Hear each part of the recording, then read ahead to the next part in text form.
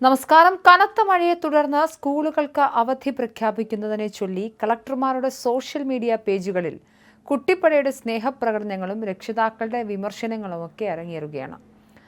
എറണാകുളം ജില്ലയിലാണ് അവധി പ്രഖ്യാപനം വരാൻ അല്പം വൈകിയിരുന്നു. എന്നാലും സോഷ്യൽ മീഡിയയിൽ അത് വലിയ ചർച്ചയ്ക്കും രസകരമായ സന്ദേശത്തിനുമൊക്കെ വഴിവെച്ചിട്ടുണ്ട്.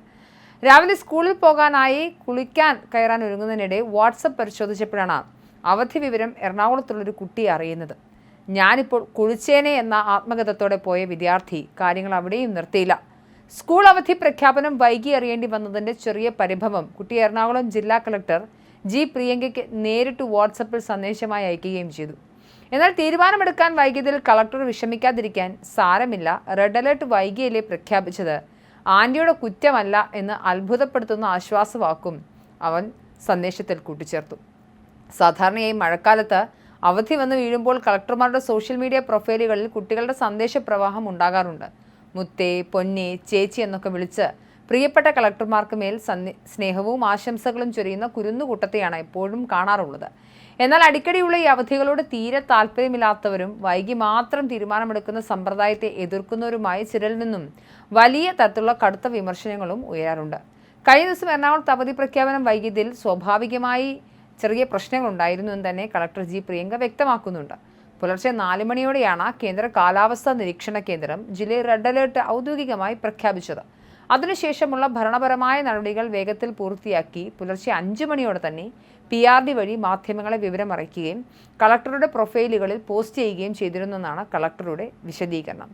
എന്തായാലും കളക്ടർമാരുടെ സാമൂഹിക മാധ്യമ അക്കൗണ്ടുകളിലൊക്കെ തന്നെ കുട്ടിക്കൂട്ടം നിറയുന്ന കാഴ്ചയാണ് കാണുന്നത്.